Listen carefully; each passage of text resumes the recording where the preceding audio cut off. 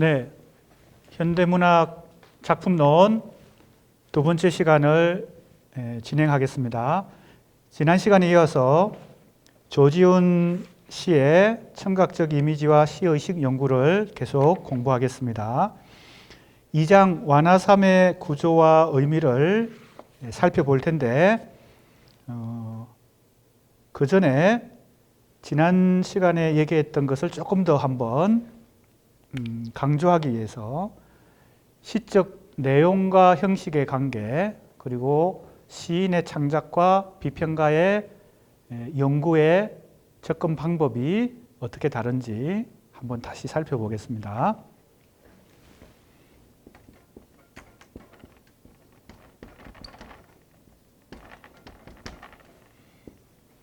시의 구성 요소를 우리가 5가지로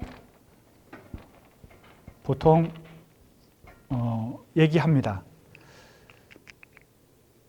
어떤 존재든 전체와 부분으로 나누어져 있다면 우리가 이 구성 요소들의 합이 전체를 이루죠. 부분의 합이 전체를 이루니까요. 내용과 형식의 결합을 지난 시간에 유기적인 결합이다. 그죠? 혼연일치가 되었다. 문학과 예술에서 이제 그렇게 얘기했는데 구성 요소를 조금 더 구체적으로 설명함으로 해서 우리가 시를 어떻게 시 분석이나 해석을 어떻게 접근하는지 한 번 더 설명을 하도록 하겠습니다.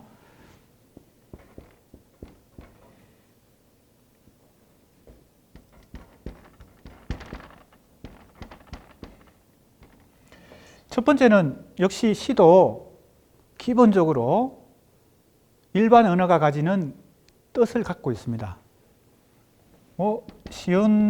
가장 쉬운 말로는 말이 가지고 있는 뜻이죠. 말 뜻을 갖고 있습니다. 그래서 우리가 시를 읽을 때 기본적으로 그 말이 갖고 있는 그 언어가 갖고 있는 뜻, 다른 말로 하면 의미를 이해하고자 합니다. 시를 읽으면서 의미가 이해 안 된다. 그럼 우리는 어떤 반응을 일으킵니까? 짜증나죠. 그죠? 의미가 이해돼야 기분이 좋은데 의미가 이해 안 되는 경우에 짜증이 납니다. 그런 시들을 우리가 난해시라고 보통 말하는 것이죠. 의미가 이해가 잘 안 되니까. 그 말은 뭘 방증합니까? 시도 일반 언어와 마찬가지로 기본적인 구성 요소로서 의미를 갖고 있다는 겁니다. 물론 김춘수 시인같이 무의미시를 의도적으로 추구한 시인도 있습니다. 그건 나중에 다시 우리가 김춘수 시인을 공부할 때 살펴보기로 하고요. 이건 가장 일반적인 원론적인 얘기니까. 그 다음에 역시 시의 언어는 운율을 갖고 있습니다. 운율의 일반적인 용어는 리듬입니다. 리듬이라는 용어는 우리가 흔히 음악적인 규칙을 가지고 있는 여러 요소들을 리듬이라고 얘기하는데 일반 용어이고요. 리듬은 시에서의 리듬은 좀 전문 용어로 운율이라고 말을 합니다. 이때 운과 율로 이루어져 있습니다. 운율이라는 것은 운 플러스 율입니다. 운이라고 하는 것은 자음과 모음의 규칙적인 소리의 규칙을 의미하고요. 운. 그래서 자음을 일정한 위치에 반복하게 되면 운이 형성됩니다. 그렇죠? 혹은 모음을 일정한 위치에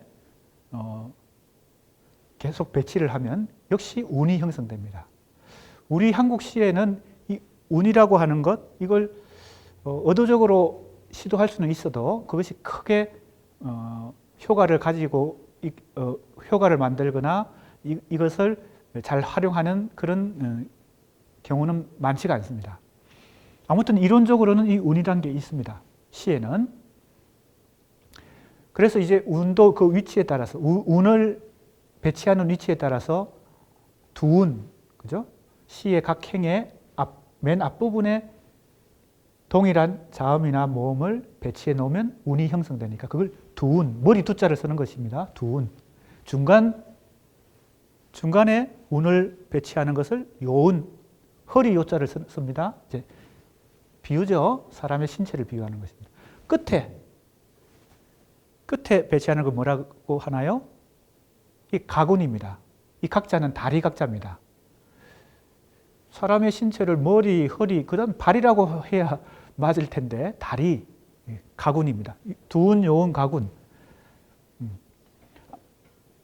그래서 외국 시에는 이것을 많이 활용하는 시들도 있죠. 한시도 그렇고 한시가 대표적인 경우인데 율이라고 하는 것은 소리를 가지고 음악적 규칙을 만드는 것이고요. 여기에 율은 고저, 소리의 높낮이를 가지고 그래서 고저율, 강약을 가지고 강약률, 음보를 가지고 음보율, 글자 수, 음절의 수를 가지고 음수율. 그죠? 그래서 고저율을 가지고 있는 시는 한시, 중국의 시. 중국은 이 높낮이를 가지고, 그죠? 글자들이 다 사성, 네 가지 소리의 높낮이를 있잖아요. 평상거입, 이거 아마 배웠을 겁니다. 중고등학교 때. 그래서 평상거입 네 가지 소리의 높낮이가 있는데 그걸 둘로 나누죠, 다시. 평성과 척성으로. 평성이 아닌 것은 다 척성이라고 해서, 그죠? 세 가지를 다 하나로 묶어서. 그래서 평척법이라고 하는 이유가 바로 고저율을 만드는 것입니다. 이 율을 만드는 것입니다. 그것이 이제 시의 구성 요소에서 두 번째에 해당되는, 순수는 상관없습니다만 의미 운율입니다. 고저율, 그래서 평척법. 평척법은 그 한시에서 그 자리에 평성이 와야 되는 자리, 척성이 와야 되는 자리 이런 게 규칙적으로 정해져서 뭐예요? 이 소리의 높낮이를 가지고 고저율을 가지고 음악적 리듬을 만드는 거죠. 그래서 그게 율에 해당되는 겁니다. 고저율. 강약률은 뭐예요? 영시가 그런 경우에 해당되죠. 액센트, 강하고 약하고의 강약, 중강약 이것의 규칙을 만들어서 뭡니까? 복잡한 율을 만들어내는 겁니다. 그래서 한시도 그런 율의 규칙이 있고 영시도 그런 율의 규칙이 있죠. 그래서 한국 시에도 그런 율을 연구자들이 찾아내려고 노력을 많이 해서 과거에 많은 국문학자들이 음수율이란 걸 많이 얘기했죠. 숫자, 음절의 숫자를 가지고 율을 만드는 것입니다. 3, 4조, 4, 4조, 7, 5조 이런 것들이 이 음수율의 사례에 해당됩니다. 그래서 우리가 예전에 이 시조의 운율을, 시주의 운율을 3, 4, 3, 4, 3, 4, 3, 4, 3, 5, 4, 3 글자 수를 가지고 음절의 수를 가지고 특히 종장의 경우는 세자 5자가 온다. 3, 5, 4, 3으로 온다.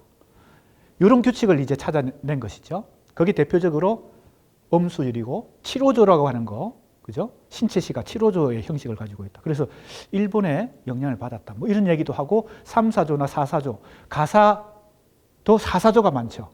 그죠? 그래서 그게 음수율로 이 율을 기준을 삼는 것입니다. 가사라고 하는 것이 왜 음수율이냐? 여보시오 번님네들 이내 말삼 들어보소 하면 내자가 반복되죠. 사사조란 겁니다. 사사조. 그런데 이제 한국 시의 한국 그 고전 시가를 중심으로, 왜냐하면 이 음수율이라고 하는 것은 대체로 이 운율이라고 하는 것이 정형시와 관련돼 있죠. 이거 이제 시에서 가장 기본적인 거니까 시의 유형으로 따질 때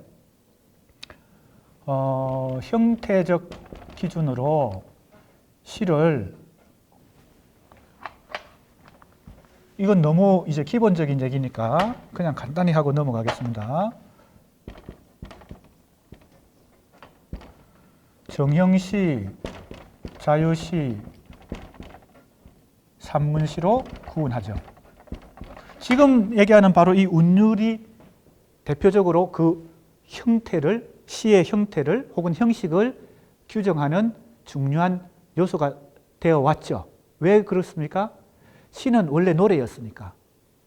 시가 원래 노래였기 때문에 형태가 정해져 있는 시들이 근대 이후에, 근대 이전에 고대 시가 그리고 중세 때까지 동서양을 막론하고 동양도 서양도 다 마찬가지로, 그래서 한국의 시, 중국의 시도 마찬가지고 영시도 마찬가지고, 정형시가 원래 시의 형태였죠.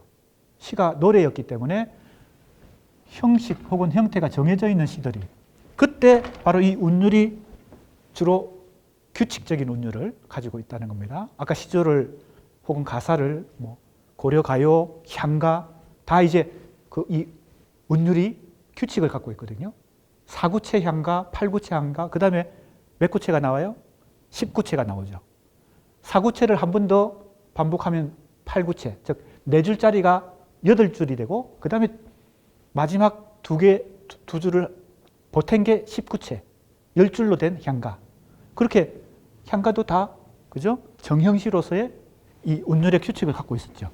그죠? 그러니까 이것과 관련됩니다. 지금 이 운율이라고 하는 이 시의 구성 요소는, 그죠? 시의 음악적 규칙인데, 그것은 바로 시의 형태가 갖고 있는 이 정형시와 관련되고요. 근대 이후에 이 자유시 운동이 벌어지면서 서구시 영향을 받아서, 그죠? 자유시 운동이 벌어지고, 그것이 더 수필에 가깝게 줄글, 즉 행과 연의 구분 없이 더 산문에 가까워진 시가 산문시죠. 그리고 덧붙여서 얘기하면 이건 속성입니다. 이건 형태니까 형식적인 요소고, 겉모습이고, 이건 내용이니까 이건 속성으로 따지면 시를 또 셋으로 분류할 수 있죠. 뭡니까? 서정시, 서사시, 극시죠. 서정, 이게 가장 이제 시에서 많이 사용되는 용어죠. 개념이죠. 정서입니다. 감정, 정서. 정서를 서술한다, 표현한다는 겁니다. 서자, 정.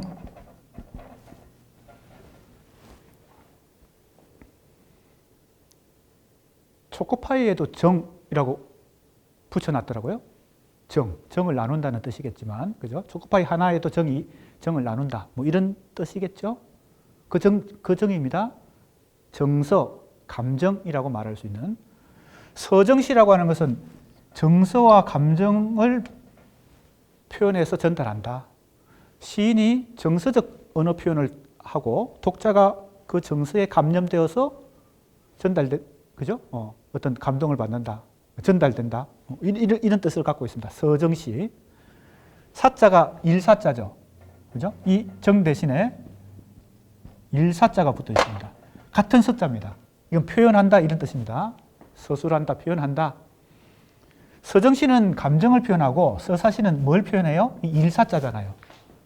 사건을 표현하는 것입니다. 그래서 서사시는 사건을 표현하는 대표적인 문학 장르는 소설입니다. 그죠? 서사 장르.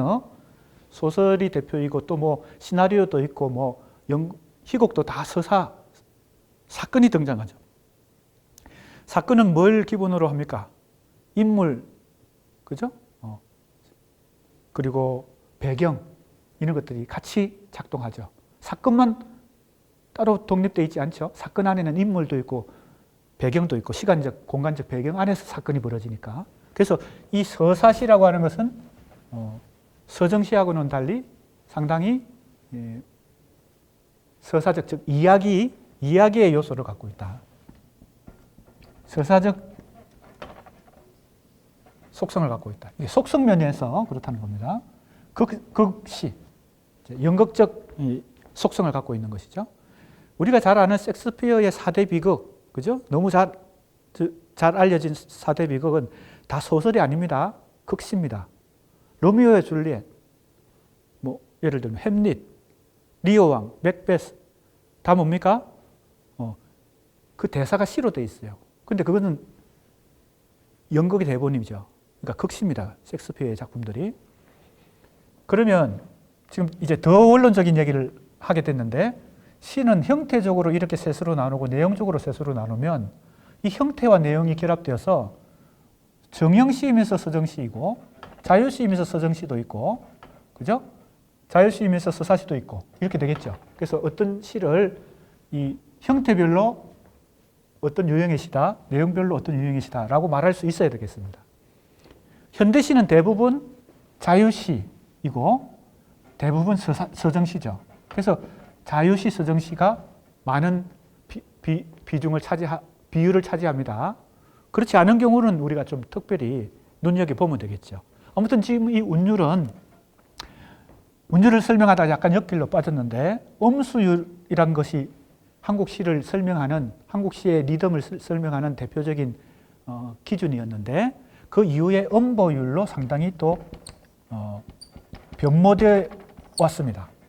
예를 들면 계속 이제 시조를 예를 들었으니까 시조를 3, 4, 3, 4, 3, 4, 3, 4, 3, 5, 4, 3 이렇게 음절 수를 가지고 규칙을 매기는 것보다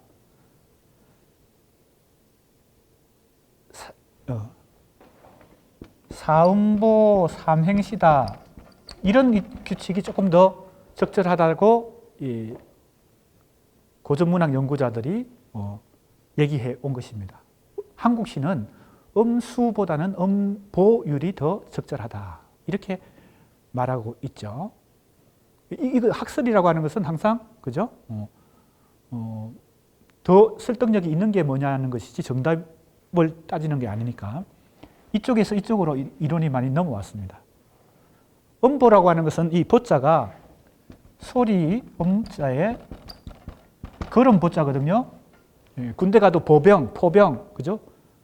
보병은 발로 걸어 다니면서 그죠? 전투하는 병사를 보병이라 그럽니다. 이 보자 걸음 보자입니다. 우리가 걸음을 일정한 보폭으로 걸을 때 그 마디, 내 마디 여기서 저기까지 내가 한 5걸음이면 간다 그러면 5음보가 되는 거죠. 시도 이 마디가 있다는 겁니다. 보폭처럼. 그러면 시조는 몇 음보일까요? 4음보입니다. 동창이 밝았느냐, 노고질이 우지진다. 아까 음수율로 따지면 3, 4, 3, 4인데 이거는 그냥 음보로 따지면 4음보가 되는 것입니다. 그래서 4음보 세 줄짜리 4음보다 시조를. 그럼 이것은 거의 예외 없는 규칙이 되는데 이 음수율로 3, 5, 4, 3 이렇게 하면 가로를 넣고 이게 세자가 와야 되는 자리에 네자가 올 수도 있고 막 이렇게 예외를 많이 이렇게 설정하게 됩니다. 그러니까 그건 규칙으로는 적절하지 않다. 이제 왜냐하면 모든 이론은 기납적으로 현상으로부터 규칙을 찾아내는 거니까 기납적인 것이 맞는 거죠. 연역적인 게 아니죠. 그래서 모든 시조를 다 조사해 보니까 이 음수율로 이 규칙을 정하는 것보다 이게 조금 더 예외가 없이 설정할 수 있다. 이런 생각들을 학자들이 하게 된 것입니다. 그렇게 보면 한국 시의 운율을 사음부로 보는 것이 음보율로 보는 경우가 많고 최근에 와서는 그게 대표적인 한국 시의 운율은 음보는 3음보와 4음보 두 가지다. 이렇게 얘기하는 거죠. 그래서 4음보를 대표하는 사례는 바로 시조이고 3음보를 대표하는 것은 민요다. 전통 시가 중에서 아리랑 아리랑 아라리요. 아리랑 고개를 넘어가는. 이게 서민들의 민요는 이 3음보가 좀 더 그죠? 적절하고 그 서민들의 애환을 잘 담아내는 어떤 음악적 운율이고 이 양반들의 세계관은 4음보가 잘 담아낸다는 것이 이제 일반적인 얘기이죠. 그러면 현대시로 넘어오면 이게 정형시가 자유시가 되잖아요. 그 자유시가 되는 과정에서 김소월 같은 시인을 우리가 무슨 시인이라고 부릅니까? 민요시인이라고 불러요. 근데 그 김소월의 시는 현대시거든요. 민요는 아닙니다. 근데 왜 민요시인이라고 부르냐 하면 한국 전통시가의 3음보를 대표하는 민요의 이 운율을 활용하는 현대시를 쓴 것입니다. 김소월의 시는 민요가 아닙니다. 현대시인데 그 운율에 있어서는 민요의 전통적인 3음보를 계속 재활용했다는 겁니다. 엄마야 누나야 강변 살자. 그죠? 3음보입니다. 나보기가 역겨워 가실 때에는 말없이 고이보내 드리우리다. 어떤 마디는 세자고 어떤 마디는 네자지만 이게 소리 마디는 소리의 길이가 일정한 거죠. 나보기가 역겨워 가실 때에는 끝에는 5자지만 이게 한마디로 같은 길이로 읽힌다는 겁니다. 말없이 고의본에 덜이오리다. 그죠?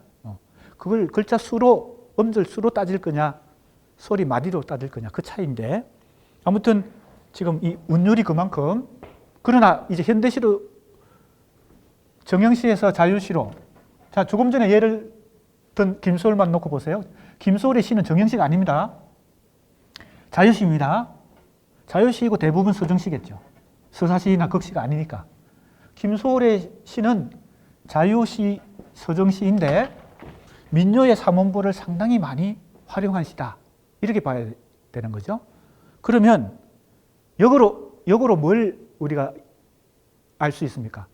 김소월은 예외적이고 주요한이든 다른 많은 현대 시인들은 이 자유시 운동 이후에 이러한 규칙적인 율격으로부터, 한국 시에서는 음소율이든 음보율인데 음보율만 놓고 보면 사음보든 삼음보든 이런 규칙적인 시조와 민요의 사음보와 삼음보의 이런 율격으로부터 자유로워진 시들을 쓴 것입니다. 김소월은 오히려 예외적인 시인이죠. 그래서 정형시에서 자유시에서 다시 산문시로 갈수록 이 운율이 자유로워지는 것이고, 그러나 그 안에도 어떤 음악적 규칙이 혹은 리듬을 활용하는 시들을 쓰기 때문에 이것도 우리가 연구 대상이 되는 거죠. 구성 요소 중에 하나이죠. 그 다음에 바로 이미지입니다.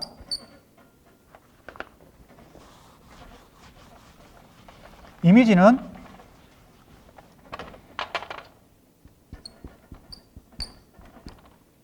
너무 우리가 흔히 쓰는 거죠. 이 이미지를 여기다 써야 되겠네요. 이미지는 가장 일반적인 용어입니다.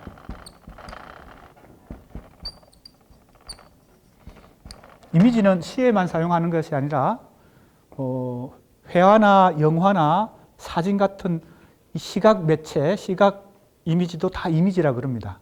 그리고 우리가 흔히 일상생활 속에서도 소개팅을 받았는데 그 사람의 첫 인상, 그때도 이미지라 그럽니다.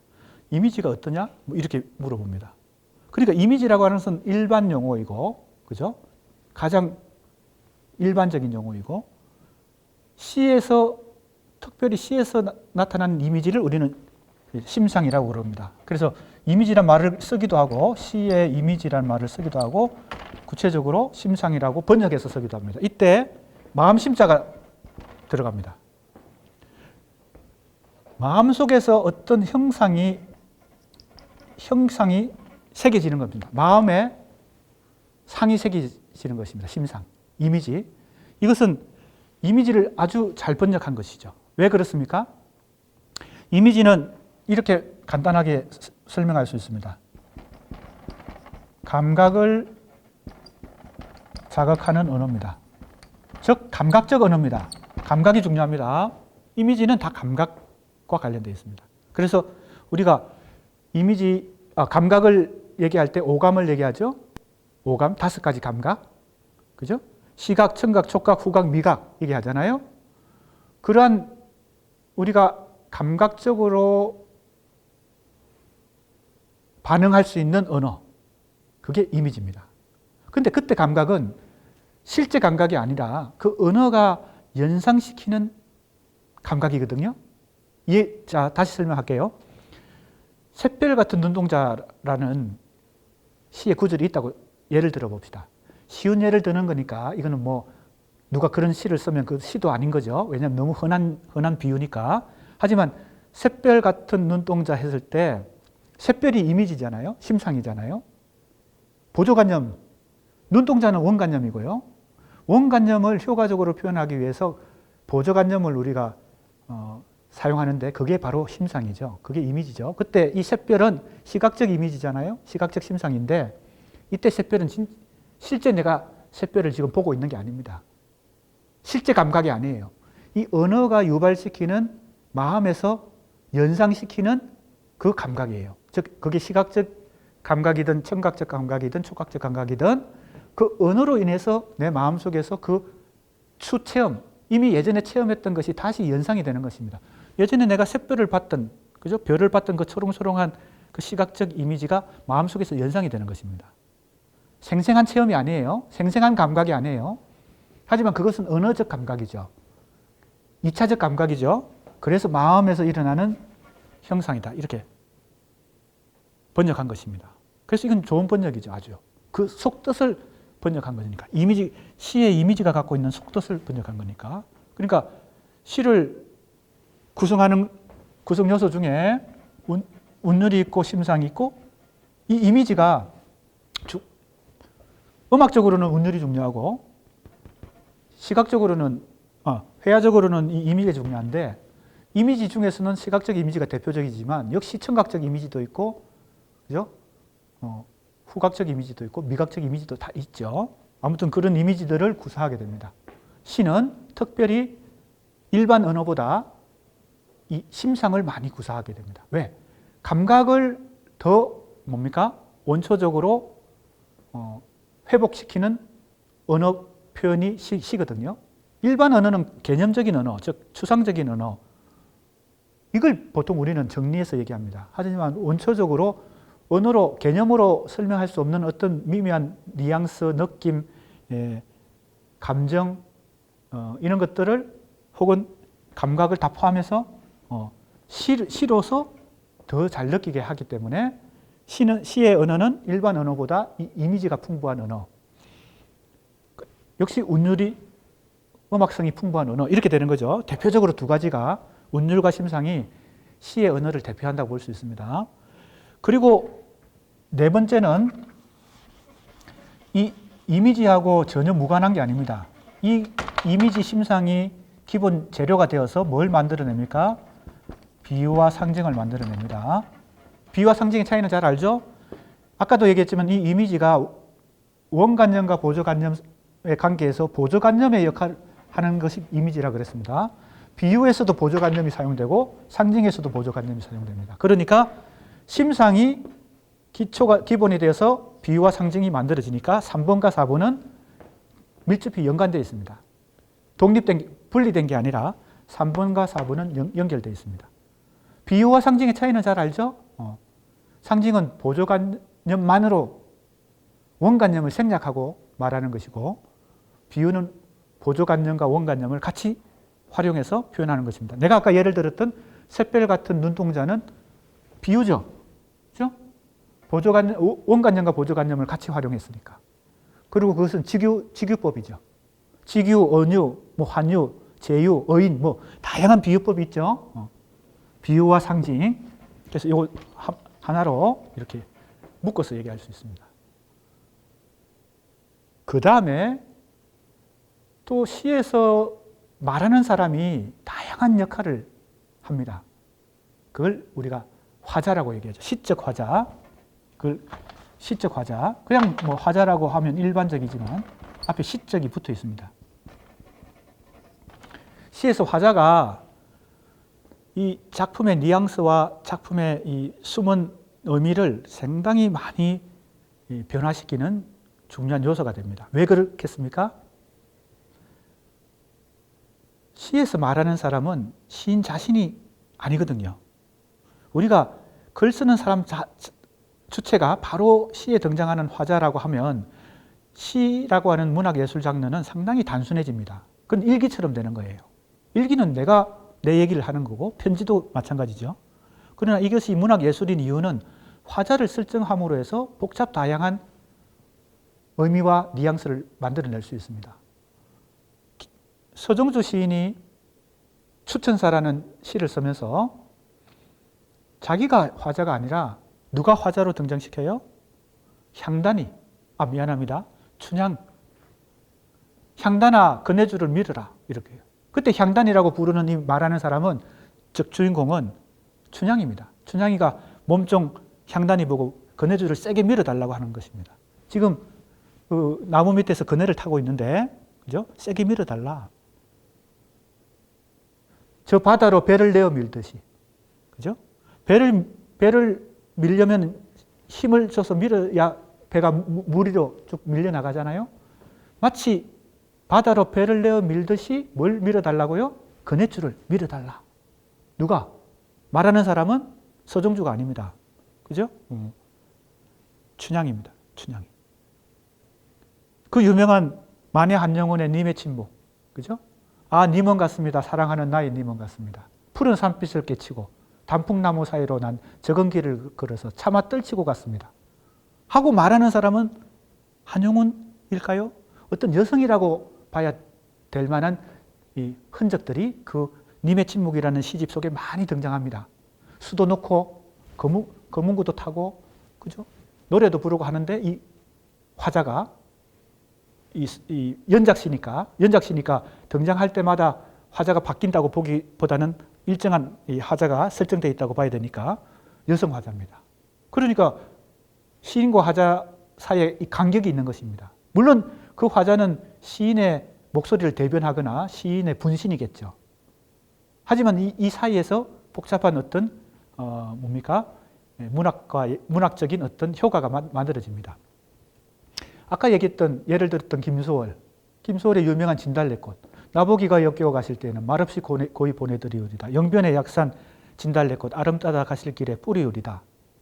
하고 말하는 사람은 김소월일까요? 어떤 여성이라고 봐야 된다. 물론 그것도 정답이 있는 건 아닙니다. 남자만 능동적으로 이별을 고하고 떠나냐? 여자가 먼저 차고 갈 수도 있잖아요.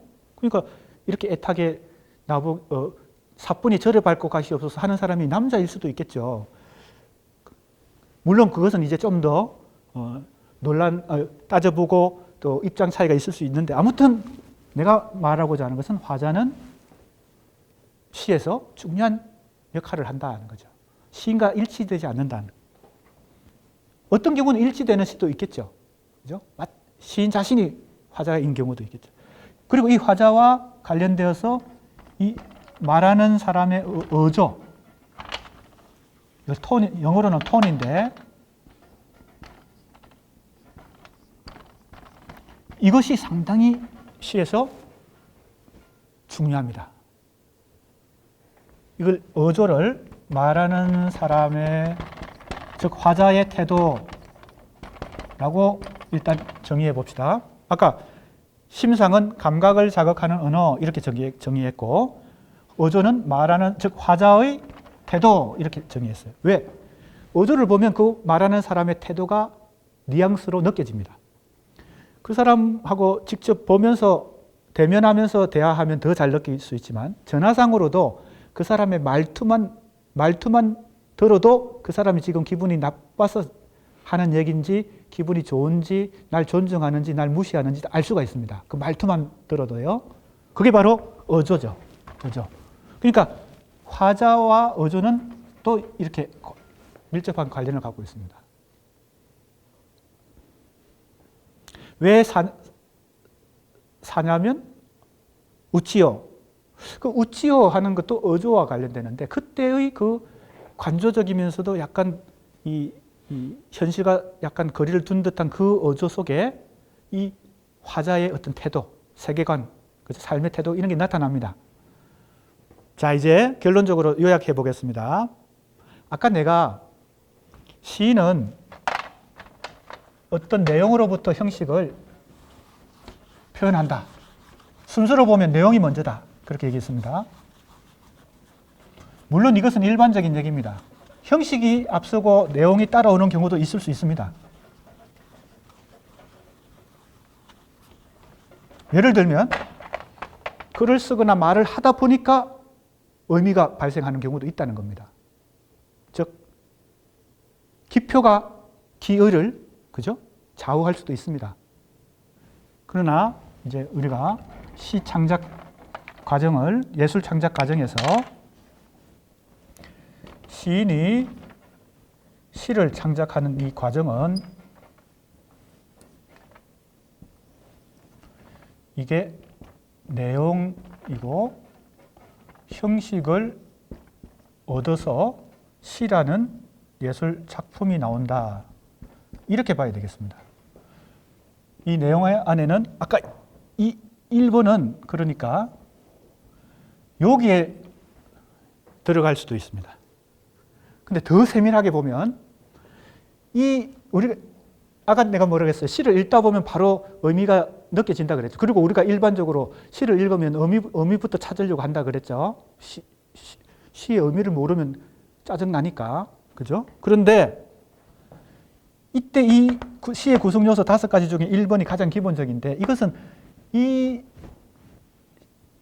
표현되기 이전의 내용일 수도 있고 표현된 이후의 내용일 수도 있습니다. 이 작품에는 내용과 형식이 결합되어 있으니까요. 자, 이 내용이 형식을 만나서 내용 플러스 형식이 되었습니다. 그렇죠? 이렇게 보는 게 좀 더 정당하겠죠? 내용이 형식을 만나서 내용 플러스 형식이 되어서 작품이 되었어요. 그렇게 봐야 되겠습니다. 그래서 이 시에는 내용도 있고 형식도 있습니다. 그죠? 그래서 이 의미를 찾는다는 것은 이 의미와 이 의미를 통해서 이 의미까지 찾아내는 것이라고 볼 수 있습니다.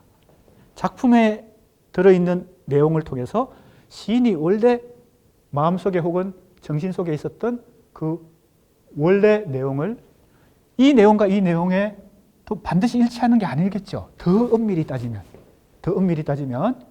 언어를 만나기 이전의 내용과 언어를 만난 이후의 내용, 이건 좀 복잡한 얘기지만 조금 이제 아무튼 그게 이제 여기에 속하고, 나머지 2, 3, 4, 5는 어디에 속한다고 봐야 되겠습니까? 바로 여기에 속한다고 봐야 되겠습니다. 형식에. 그러니까 시의 구성 요소로서 1. 의미와 2, 3, 4, 5 이것이 내용이고 이게 형식이라면, 시는 내용을 표현하기 위해서 형식을 찾아내고 내용과 형식이 유기적으로 결합된 시라고 하는 작품을 만들어냈습니다.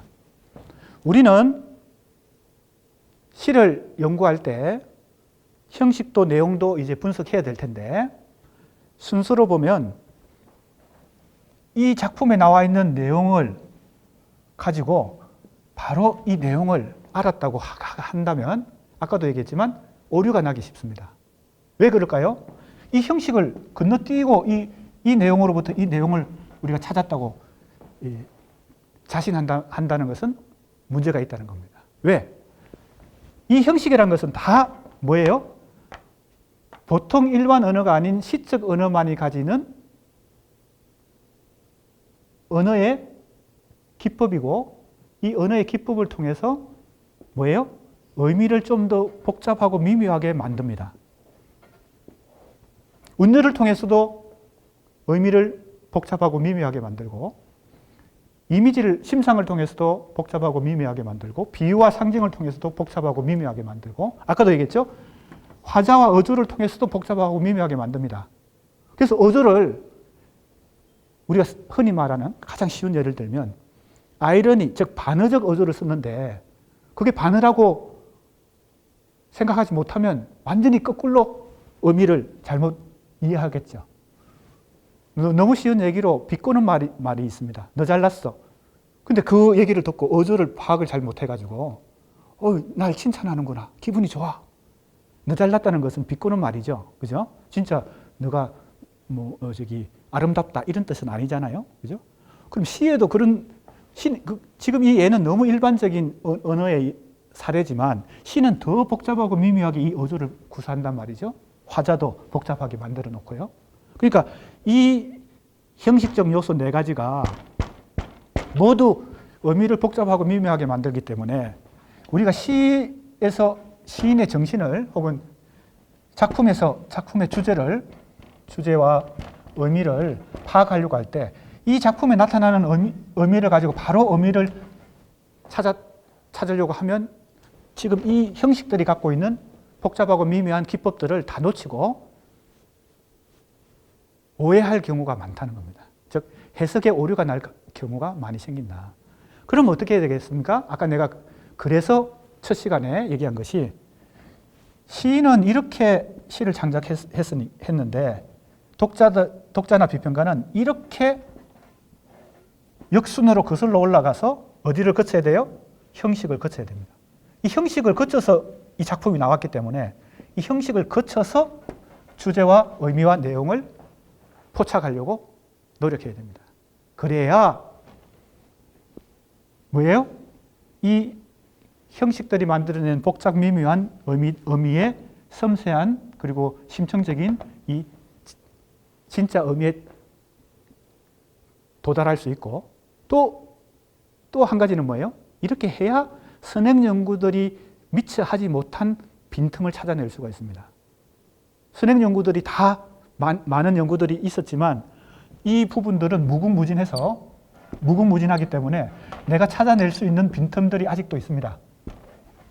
그게 조지훈이든 서종주든 김춘수든 김수영이든 많이 연구된 시인이더라도 이 시적 언어의 형식이 갖고 있는 복잡하고 미묘한 요소들을 얼마나 내가 새롭게 포착해내느냐에 따라서 이걸 새롭게 포착할 수 있겠죠. 자, 무슨 의미인지 알겠습니까? 그래서 이번 한 학기 동안 계속 이 얘기를 기본으로 삼고 조지훈 시도 공부하고 김춘수 시도 공부하고 뭐 이렇게 할 겁니다. 그러니까 우리 학생들도 이 시적 형식들이 시의 내용이 의미 없다는 별로 가치 없다는 게 아니고 내가 말하고자 하는 것은 이게 중요하기 때문에 그럴수록 이걸 거쳐서 여기에 도달하도록 해야 된다. 그래야 숨은 의미를 알 수 있다. 그리고 선행 연구를 극복할 수 있다. 그런 얘기가 되겠습니다. 자, 그러면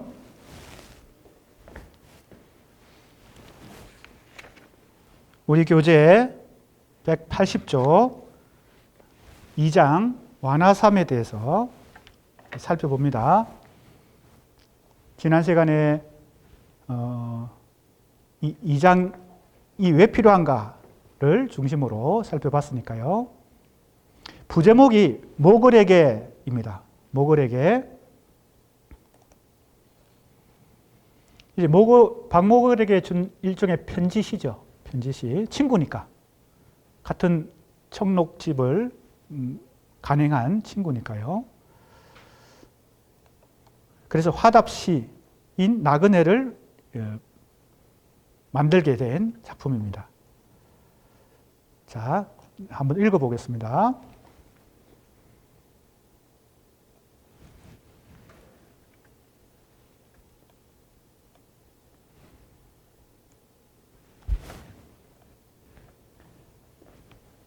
차운산 바위 위에 하늘은 멀어 산새가 구슬피 울음운다. 구름 흘러가는 물길은 700리. 나그네 긴 솜에 꽃잎에 젖어 술 익는 강마을의 저녁 노을이여. 이 밤 자면 저 마을의 꽃은 지리라.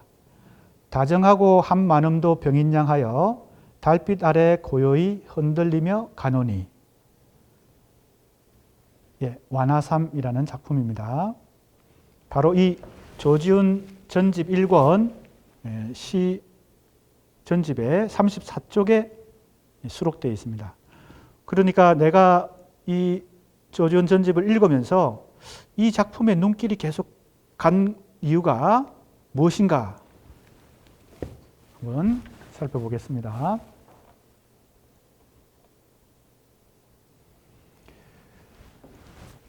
작품을 계속 음미하고 읽으면서 우리 학생들이 지금 내가 해석하는 것이 정답이 아니고 나름대로 해석할 수 있도록 해봐야 되겠습니다.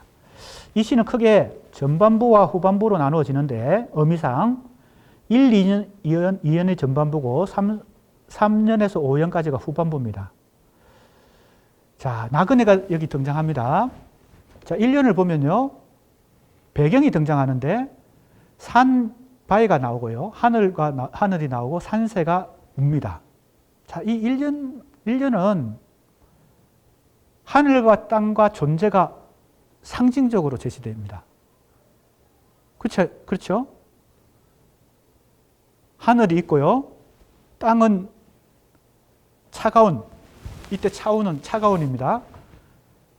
뭐 다른 해석이 가능한지 우리 학생들도 시도를 해보세요. 내가 볼 때는 이건 cold, 차갑다는 뜻입니다. 차가운 산 바위 위에 하늘은 멉니다. 하늘과 땅 사이가 멉니다. 그죠? 겨울이니까 그렇겠죠. 그런데 산새가 웁니다. 산새는 생명체니까요. 자, 천지인이라고 하는 이 세 가지가 인간 대신에 산새가 대신 마치 시적 주체의 분신처럼 등장했습니다. 산새가. 그런데 운다는 것이 일단 이 정체성을 표현하고 있습니다. 뭔가 슬퍼서 울거나 고통스러워서 울거나 아무튼 즐거워서 우는 건 아닌 것 같아요. 왜냐하면 이 산 바위가 지상이 추우니까. 하늘도 멀고요. 자, 그러면 이 일일만 놓고 보면 하늘과 땅과 존재가 등장하는데 이 존재는 자, 이 짧은 시 속에 응축되어 있는, 압축되어 있는 그 시인의 정서와 그죠? 생각과 이런 것들을 캐치할 수 있는 거. 이게 이제 감상 능력이죠. 시를 감상하는 능력. 그게 이제 차이가 있을 수 있습니다. 그래서 우리 학생들 짧은 시지만 그 안에 짧은 이 4줄 얼마나 짧습니까? 1년 차원산 바위 위에 하늘은 멀어 산새가 구슬피 울음운다. 아무것도 아닌 거 같잖아요. 이 안에 상징적인 이 뭡니까? 우주가 들어있다는 겁니다. 땅과 하늘 사이에 새가 우는데 새가 우는 이유까지 다 여기서 뭡니까? 음미할 수 있어야 더 좋은 독자가 되겠죠. 고급 독자가 됩니다. 왜 울까요? 우선 현실이 차갑습니다. 현실이 고달프니까. 또 두 번째는 왜 웁니까? 하늘이 머니까. 하늘이 멀다는 것은 이미 그 속에 뭐가 전제되어 있어요? 하늘을 지향하고 하늘을 추구한다는 것을 알 수 있습니다. 그런데 멀어서 도착할 수가 없으니까 이 뭡니까? 슬픔이 혹은 고뇌가, 고통이 깊어지니까 우는 거죠. 자, 그래서 1년에도 압축적으로 이 시 전체적인 구도가 압축되어 있습니다. 그 다음 이연을 보면 구름 흘러가는 물길은 700리입니다. 자, 내가 해석하는 대로만 해석하지 말고 다른 해석들을 해보세요. 내가 볼 때는 이런 겁니다.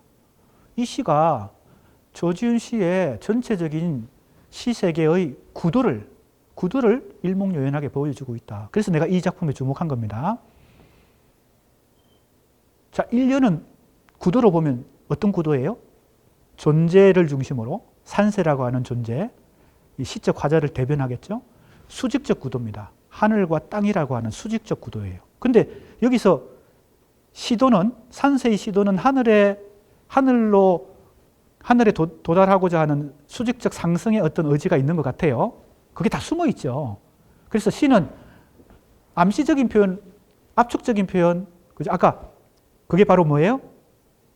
운율, 심상, 화자와 어조인데, 자, 시의 압축성은 어디서 나오는 걸까요? 자, 아까 우리 구성 요소 중에 시적 언어의 형식의 첫 번째가 운율이죠. 운율은 뭘 압축해요? 시간을 압축하는 것입니다.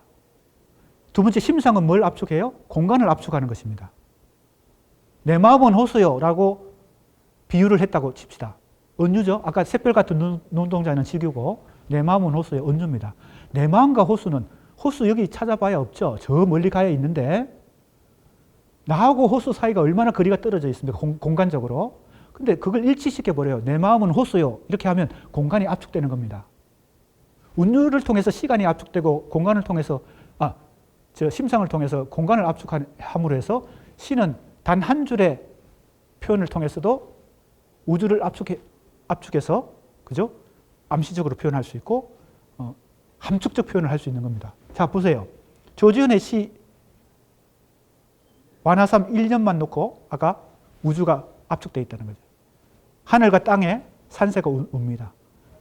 산새는 하늘에 도달하고자 하지만 그게 실패하기 때문에 슬퍼서 울겠죠. 고통스러워서 울겠죠. 이연은 그러면 뭘 표현하는 걸까요? 흘러가는 것은 수평적 구도입니다. 그것이 실패한 이 산새가 시적 주체로 보면 이제 구름으로 변신해서 물길로 흘러갑니다. 구름도 흘러가고 물길도 흘러가죠. 이건 수평적 구도입니다. 수직적 구도가 어떤 추구가 실패하니까 이제는 수평적 구도로 나아가는 겁니다. 그래서 만들어지는 존재가 바로 뭐예요? 3년에 나오는 나그네입니다. 이 나그네는 시적 주체, 즉 조준이라고 하는 시인의 뭡니까? 시의식, 시 정신이 농축된 어떤 시적 주체로 혹은 분신으로 보는 게 맞겠죠. 왜 나그네 의식, 즉 유랑 의식이 생기겠습니까? 바로 1년과 2년에 나타난 수직적 추구가 실패함으로 해서 수평적, 즉 구름처럼 물처럼 흘러가는 유랑 의식이 생기는 것입니다. 한 곳에 정착하지 못하고 떠돌아다닐 수밖에 없는 나그네의 의식이 생기는 것입니다.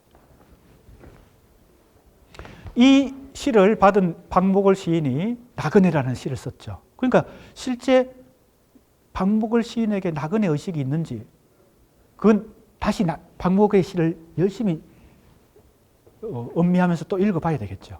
하지만 일단은 이 작품만 놓고 우리가 집중할 때는 조지훈 씨의 기본 시의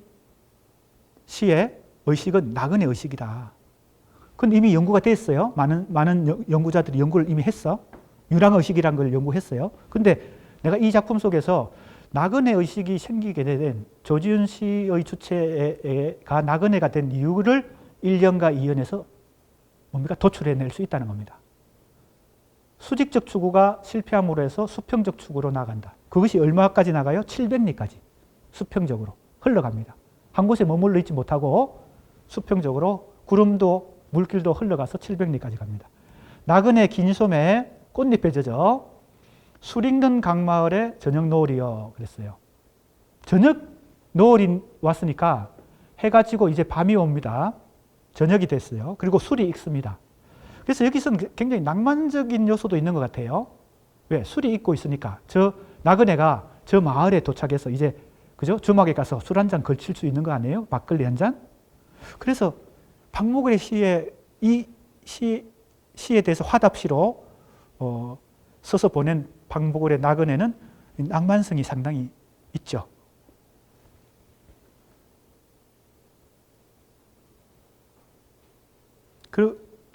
좀 더 읽어봅시다. 근데 이 시에서 낭만성은 그 다음 행을 읽어보면 이 밤 자면 저 마을에 꽃은 지리라 그랬어요. 이 구절이 상당히 나는 뭐라고 할까요? 뜻밖이라고 생각했습니다. 이 밤 자면 했으니까 이 밤 자면 꽃은 언제 지는 걸까요? 밤에 지는 걸까요? 아니면 밤이 지나고 아침이 되면 꽃이 지는 걸까요? 그것도 이 구절은 모호합니다.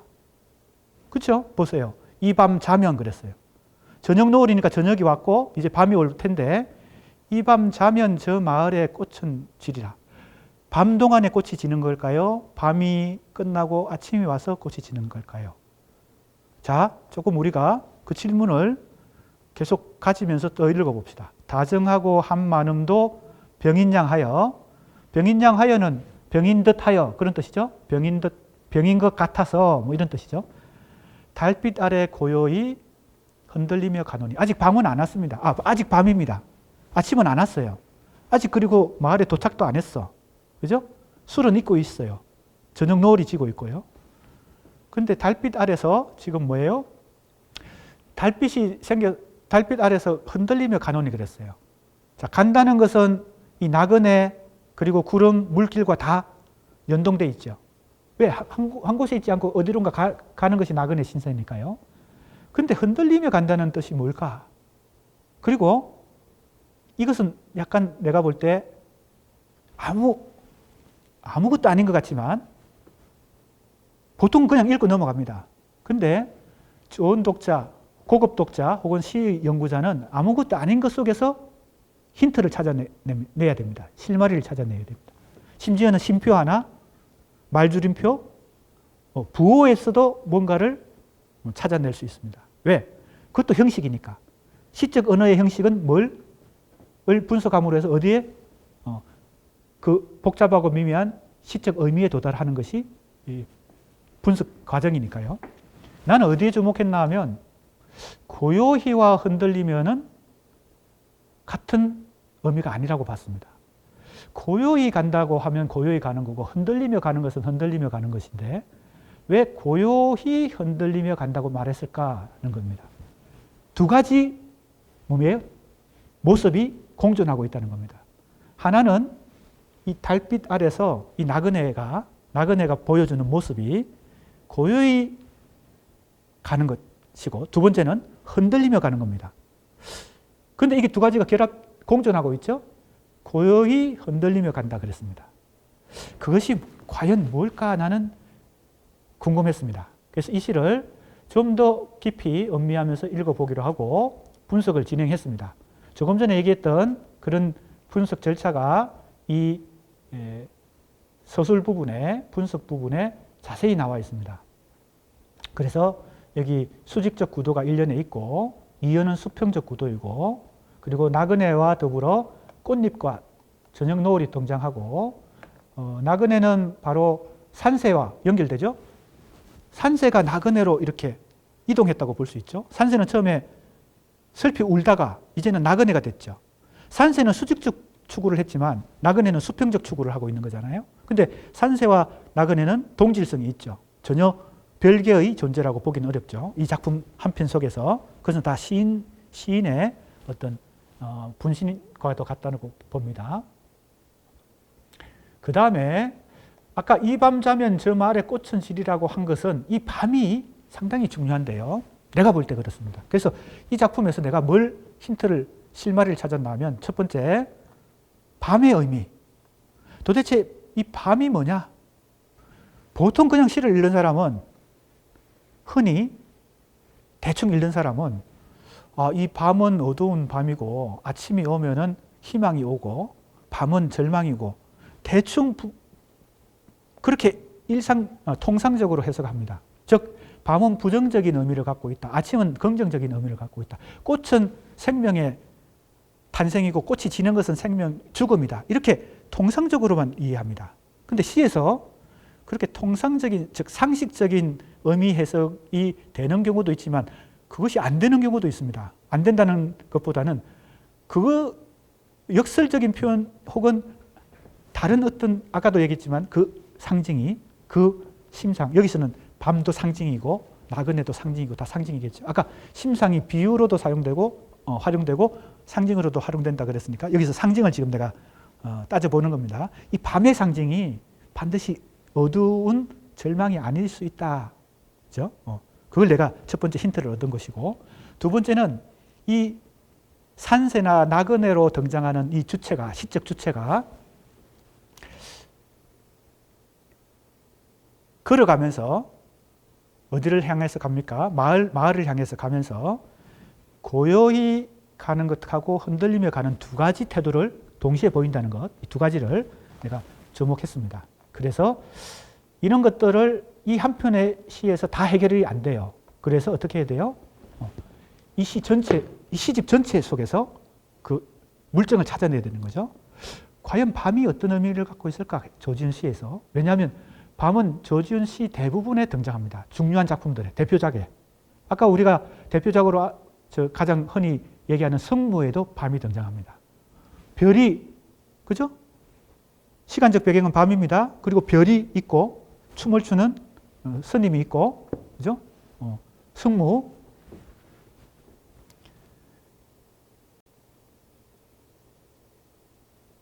자, 여기 자세한 내용은 좀 읽어보기 바랍니다. 자, 그러면 고요히라고 하는 것은 두 가지 태도 중에, 이 나그네의 두 가지 태도 중에 고요히라고 하는 것은 내가 청각적, 아까 지금 이 논문은 청각적 이미지를 연구하는 거잖아요. 이제 3장부터 이제 청각적 이미지를 유형별로 연구할 텐데, 이 고요히라고 하는 것은 청각적 이미지와 연결시키면 침묵과 관련되는 태도라는 겁니다. 흔들리면은 소리와 관련되는, 즉, 그래서 고요히와 연관되는 침묵, 흔들리며와 연관되는 소리라는 두 가지 양태라는 것은 어떤 모습이죠. 조지훈 씨의 정체적 의미 구조에서 고요히는 무동작성으로서 요동 없는 자세나 청각적 이미지하고 접속을 시킨다면 침묵과 관련되고, 또 궁극적으로는 영혼의 세계. 조지훈 씨에는 굉장히 유한한 세계 말고 무한한 세계, 즉 형이상학적 세계가 조지훈 씨 세계는 있거든요. 그게 이제 뭐 종교적 세계, 종교적 상상력하고도 뭐 관련되겠죠. 뭐 불교든 뭐든 종교적 상상력과 관련되겠지만 아무튼 형이상학적 어떤 영혼의 세계 그것하고 침묵이 연결되고 지금 고요이라고 하는 이 부분이 이 태도가 침묵과 관련된다. 일단 이거 가설적으로 얘기하는 겁니다. 이제 3장부터 그걸 검증해 봐야 되겠죠. 흔들리면은 요동하는 움직임의 자세인데 그것은 소리의 세계와 관련된다. 그래서 소리라고 하는 것은 우리 이 유한한 세계 속에서 그죠? 이 무한한 영혼의 세계가 아니라 이 유한한 현실 속에서 뭔가 꿈틀대면서 살아있다는 증거로서 내는 것이죠. 자연의 소리든 그게 악기 소리든 인간의 악기 소리만 해도 뭡니까? 유한한 인간이 생명을 사는 동안에 내는 어떤 살아있다는 어떤 흔적으로서 악기 소리를 내는 거죠. 그리고 아까 영혼과 관련되어 있는 것과 반면에 흔들리면은 찰나라는 순간과 관련되어 있다. 이렇게 일단 시간의식과 연결시켜 봤습니다. 자, 그러니까 어떻게 연결시키려고 하는 거죠? 내가 이 가설을. 자, 첫 번째, 이 시에 나오는 이 고요히라고 하는 것과 흔들리며라는 것을 두 가지, 그죠? 대립되는 의미 구조로 생각했고, 고요히와 연관되는 것은 소리로 따지면 침묵이고, 그 다음에 형이상학의 세계, 주제로 따지면은 궁극적 영혼의 세계고, 시간과도 관련되죠. 영혼이란 것은 무한한 시간이잖아요. 시간 의식과도 연결시키는. 흔들리며라는 이 태도는 소리로 따지면 소리에 해당되고, 시간 의식으로 따지면 찰나에 해당되고, 그래서 유한한 세계라고 하는 조지훈 시의 의미 구조와 이 구조를 연결시켜 보는 것입니다. 그래서 내가 이제 조금 강조하고 싶은 것은 이 시에서 내가 여러 가지를 지금 조지훈 시 세계에 접근하는 여러 가지 징검다리 혹은 실마리 힌트를 많이 찾아냈는데 수직적 구도와 수평적 구도라는 것하고 그 수직적 구도에서 산세가 수평적 구도에서 나그네의 유랑의식으로 형성된다는 것이고 그 나그네의 유랑의식 속에서 이 밤이라고 하는 것이 어떤 역할을 하는지 우리의 상식적인 해석 가지고는 안 된다는 것이고 이 밤을 좀 더 살펴봐야 된다는 것이고 그 다음에 이 나그네가 보여주는 두 가지 모습 고요히와 흔들리며라고 하는 이 두 가지 모습이 어떤 청각적 이미지하고도 연결되지만 이 조지훈 시가 보여주는 시간의식과도 연관된다. 즉 이것이 영혼의 시간의식인가 아니면 찰나적인 시간의식인가. 그죠? 영혼의 세계는 무한성의 세계고 찰나의 시간의식은 유한성의 세계고 그래서 흔들리며 하는 것은 이 유한한 세계 속에서 이 존재들이 즉 시적 주체들이 움직이는 것이고 고요히 하는 것은 이 무한한 세계 혹은 침묵의 세계, 영원한 세계와 맞닿아 있는 그런 세계다. 그러나 산세와 나그네는 그 무한한 세계에 도달하고자 하지만 그것이 현실 속에서는 실현되기 어렵기 때문에 그 고뇌 속에서 그죠? 어떻게 하고 있어요? 유랑하죠. 한 곳에 정착하지 못하고요. 자, 그러면 이러한 한 편의 시에서 조지훈 시 전체의 의미 구조를 가설적으로 포착해 보는 것은 앞으로 다른 시들을 우리가 이제 분석해 할 텐데 계속 피드백을 하면서 견주어 보면서 비교해 보면서 그러면 조지훈의 성무라는 시에서 그 춤을 추고 있는 그 스님의 그 한 개 별빛에 모으는 그 눈동자는 바로 그 별이 뭐예요? 이 시에 나오는 하늘이죠. 거기에 도달하기 위해서 이 춤을 추는 거 아니에요? 그죠? 이 속세의 이 유한성의 세계 속에서 이 찰나의 시간성 속에서 그 별빛이 가지고 있는 영원한 세계, 즉 이 무한한 그 시간 속으로 그걸 추구하는 그 과정이 바로 이거죠. 그리고 그 밤이라고 하는 것은 이 춤을 추는 스님이 춤을 추는 성무를 추는 이 시간대거든요. 자, 그러면 이 시에서 다시 이 밤 자면 저 마을에 꽃은 지리라 했을 때 이 밤이 과연 꽃은 밤에 지는 것인지 아침에 지는 것인지 우리는 다시 한번 생각해 봐야 된다는 겁니다. 쉽게 한 편의 시를 쉽게 이해하고 이해했다고 해석해 버릴 게 아니란 겁니다. 그만큼 뭡니까? 미묘하고 복잡한 의미가 한 편의 시에 담겨 있다. 그것은 조지훈의 시뿐만 아니라 다른 시인들의 시도 마찬가지다. 이렇게 볼 수 있겠습니다. 자, 그러면 이제 3장부터 또 이제 전개해 가는데 지금 2장은 이 논문의 일종의 징검다리가 되는 것입니다. 청각적 이미지를 통해서 조지훈의 시 의식을 살펴보려고 하는데 그것을 크게 세 가지로 나누었습니다. 자연의 소리는 어떤 시 의식을 담고 있고, 악기의 소리는 어떤 시 의식을 담고 있고, 침묵이란 것은 어떤 것을 담고 있다. 그러면 일단 구도는 좀 쉽죠. 자연의 소리와 침묵의 소리는 소리의 계열이고, 세 번째 침묵은 바로 소리 없는 침묵의 계열이니까 지금 고요히에 해당되는 게 세 번째 침묵의 소리죠. 흔들림에 해당되는 게 자연의 소리와 악기의 소리고, 그것이 또 어떤 변별성이 있는지는 이제 더 개별 작품을 하나하나 분석하면서 접근해 봐야 되겠죠. 자, 이렇게 이 논문은 전체적으로 전개됩니다. 이제 3장으로 넘어갈 텐데 시간이 대체로 7분 남았어요. 네, 조금만 더 해볼까요? 자, 이제 자연의 소리로 갑니다. 자, 내가 여기 이렇게 적어놨어요. 그것은 자연의 소리를 이제 청각적 이미지를 세 가지 유형으로 분류해서 자연의 소리를 해당되는 작품들을 여러 편 이렇게 분석을 해보고 그 결과 수렴된 요약된 것입니다. 압축된 것입니다. 이것들은요. 즉, 이 자연의 소리가 갖고 있는 그 속에 담겨 있는 시의식 혹은 시정신은 이런 태도와 관련되어 있다. 시인의 태도로서는 흔들림에 해당되고, 시간으로서는 찰나에 해당되고, 그리고 시인의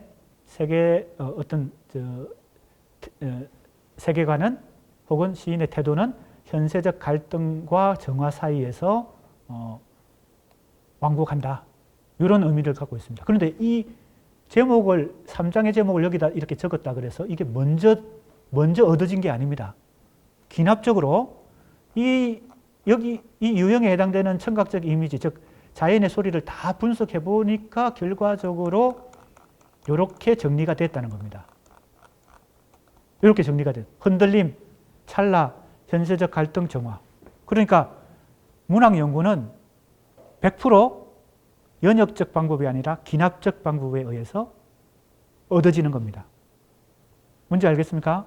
제목부터가 이게 먼저 제목이 만들어진 게 아니고 시를 다 분석해보고 최종적으로 이런 제목이 만들어지는 겁니다. 목차 같은 것도 마찬가지입니다. 그래서 이것도 목차 중에 하나죠. 이 3장이라는 이 소재, 중간 제목은 목차 속에 들어가겠죠. 나중에.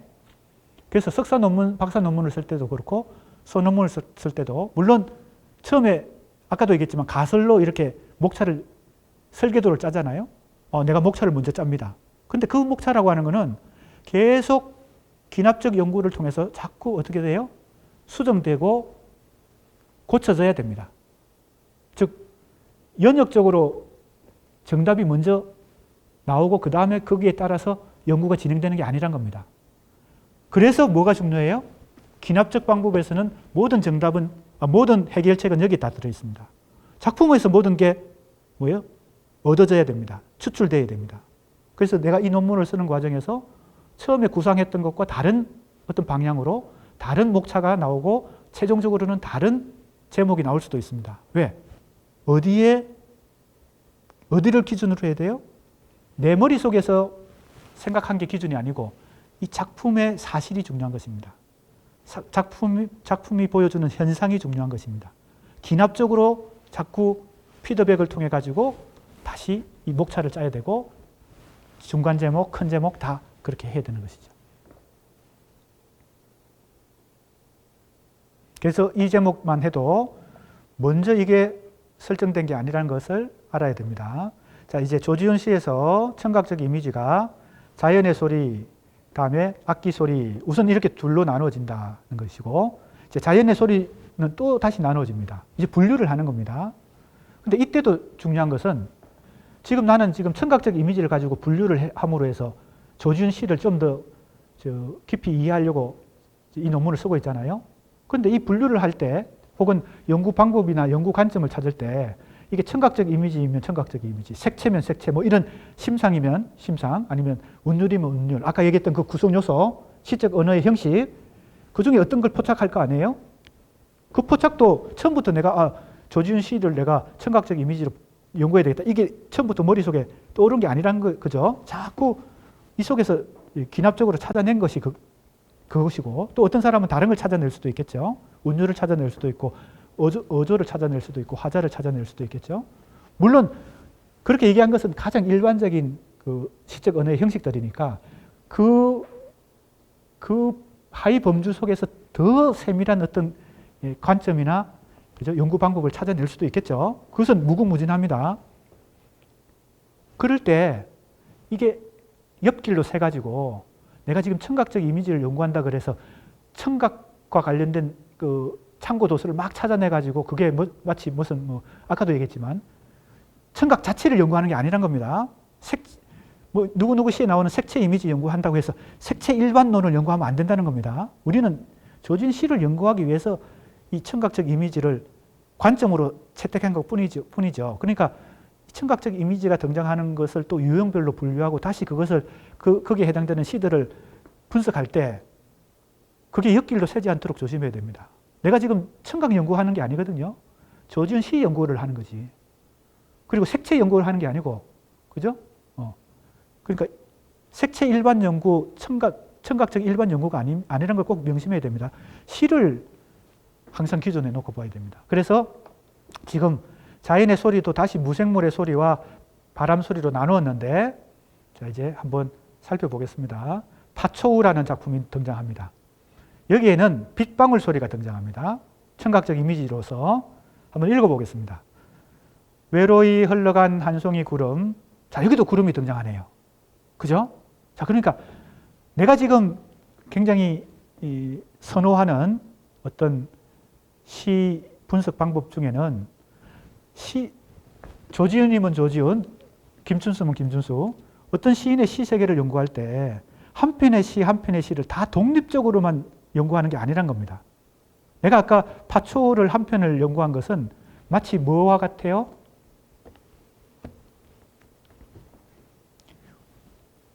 하나의 존재가 우주 전체를 담고 있다. 그걸 뭐라 그래?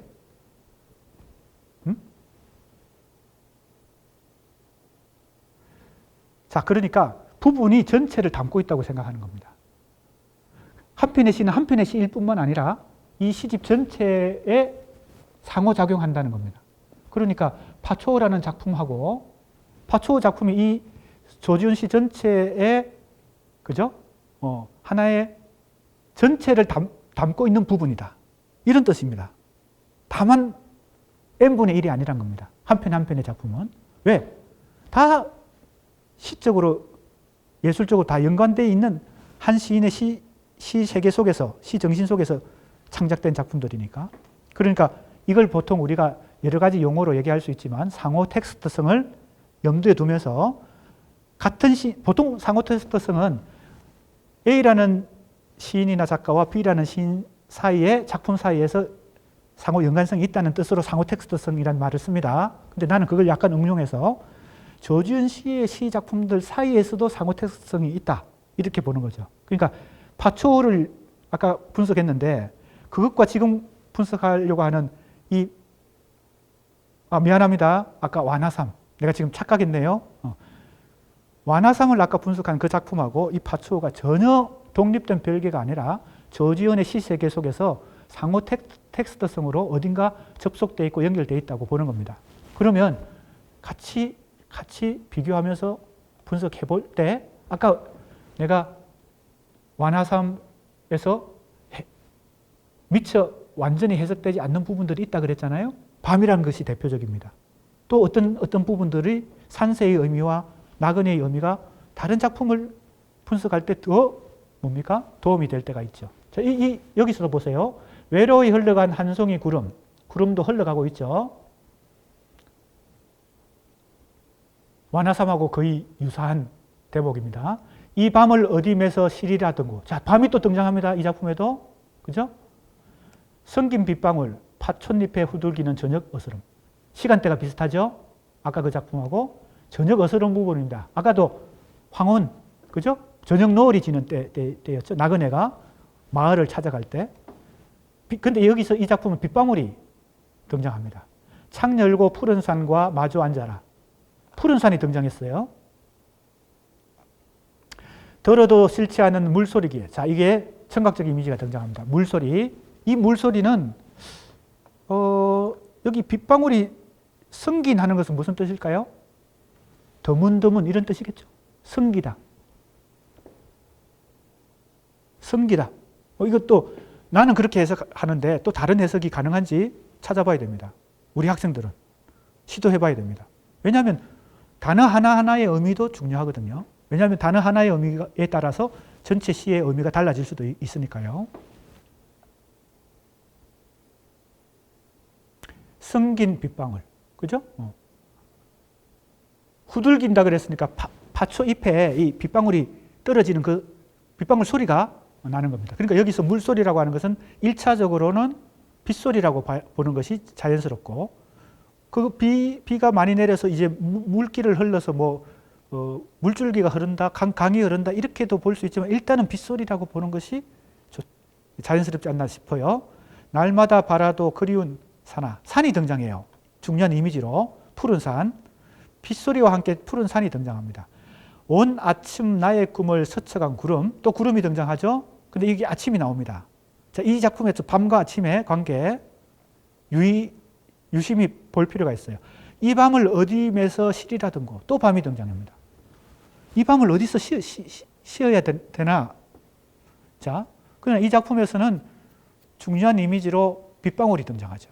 그리고 이 빗소리가 이 시적 화자에게 일종의 각성을 가져다 줘서 뭘 바라보게 합니까? 푸른 산을 바라보게 합니다.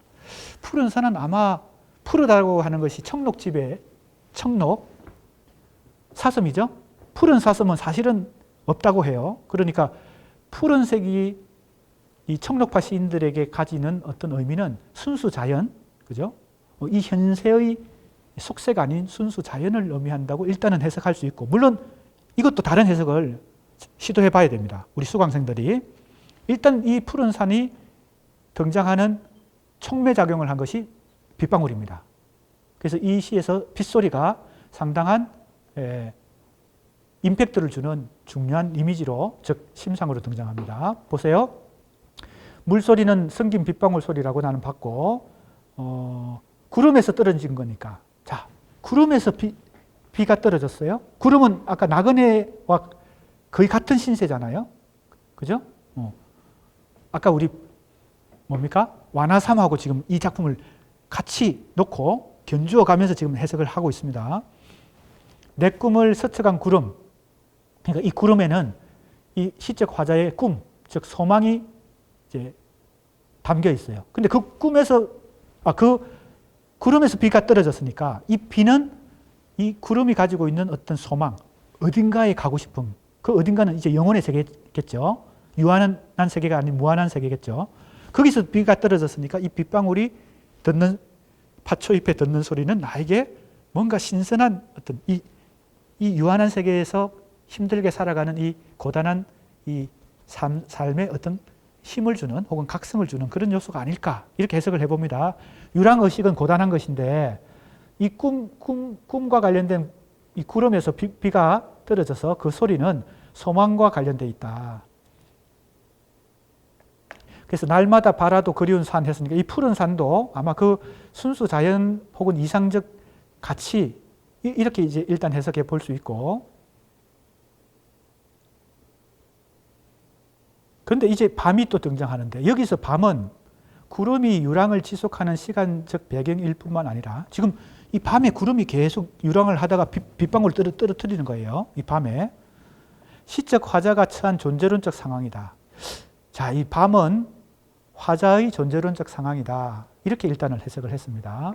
근데 이제 이 밤의 의미는 더 두고 봐야 됩니다. 그래서 이 논문이 끝날 때까지 계속 이 밤이 도대체 조지훈 시에서 밤이 어떤 의미를 갖고 있고 어떤 시의식을 갖고 있고 어떤 미학적 장치인가라는 것을 끝까지 추적해 보려고 합니다.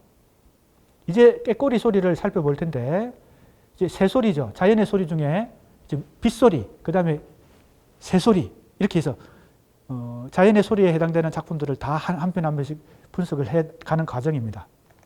시간이 됐습니까? 예, 그러면 두 번째 시간도 이렇게 해서 끝내고요. 우리가 조지훈 시에 대해서 2주 동안 공부하게 지금 강의 계획서에 진도 계획이 설정되어 있습니다. 그래서 다음 주 또 두 번의 강의 시간을 통해서 조지훈 시를 계속 공부하도록 하겠습니다. 오늘은 여기까지 하겠습니다.